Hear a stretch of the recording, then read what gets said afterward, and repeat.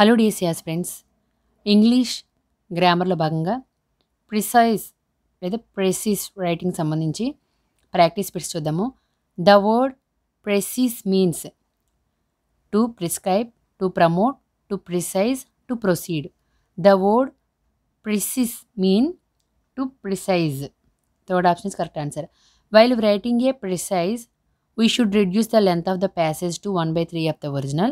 We should delete the important information. We may change the writer's point of view. We can delete the sentence we don't like. మనము ఈ యొక్క writing రాసినప్పుడు మనం ఏం చేయాలి? 1/3 of the ఒరిజినల్కి సంబంధించి 1/3 ఆ యొక్క లెంత్, ప్యాసేజ్ యొక్క లెంత్ని తగ్గించాలి. ఇంపార్టెంట్ ఇన్ఫర్మేషన్ డిలీట్ చేయాలి. రైటర్స్ పాయింట్ ఆఫ్ వ్యూలో మనం రైటర్స్ పాయింట్ ఆఫ్ వ్యూని చేంజ్ చేయాలి, లేదా సెంటెన్స్ మనకు నచ్చింది డిలీట్ చేయాలి. మనం ఈ యొక్క ప్రిసైజ్ రైటింగ్ రాసినప్పుడు మనం ఏం చేయాలని ఇక్కడ అడిగాడు. మనం చూసినట్లయితే మనకి ఇచ్చిన ఇన్ఫర్మేషన్ని 1/3 ఒరిజినల్ దాంట్లో 1/3 రెడ్యూస్ చేసి మనం రాయాల్సి ఉంటుంది. Next, in the word precise the silent letter ఏంటి? PEIS. ఇన్ ద వర్డ్ ప్రిసైజ్లో సైలెంట్ లెటర్ వచ్చేసి S. Next, this is compulsory in precise writing. Precise రైటింగ్లో కంపల్సరీ ఏంటి? లేదా ప్రెసిస్. ప్రొనౌన్సియేషన్ కొంచెం మిస్టేక్ ఉంటుంది, ఏమనుకోవద్దు. జస్ట్ మీరు ఆ బిట్ మీద కాన్సన్ట్రేషన్ చేయండి.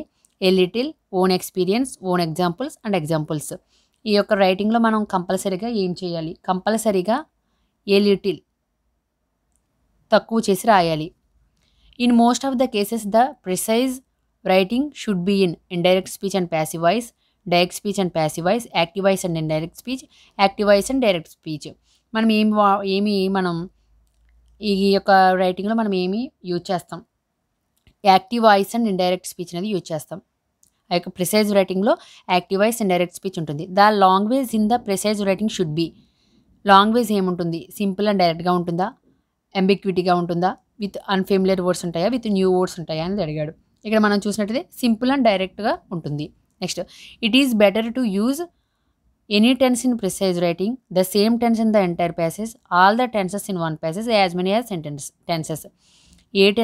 ఎనీ టెన్స్ అయినా వాడచ్చా, లేదా సేమ్ టెన్స్ వాడాలా? ఎంటైర్ ప్యాసేజ్ అంతా, ఆల్ టెన్సెస్ వన్ ప్యాసేజ్ కింద రాయాలా, లేదా యాజ్ మెనీ యాజ్ టెన్స్, ఎన్ని టెన్సెస్ కావాలో అన్ని టెన్సెస్ ఉపయోగించవచ్చు అని. It is better to use the same sentence in the entire passage. Okay సెంటెన్స్ని మనము ఆ యొక్క ప్యాసేజ్లో యూజ్ చేయాల్సి ఉంటుంది.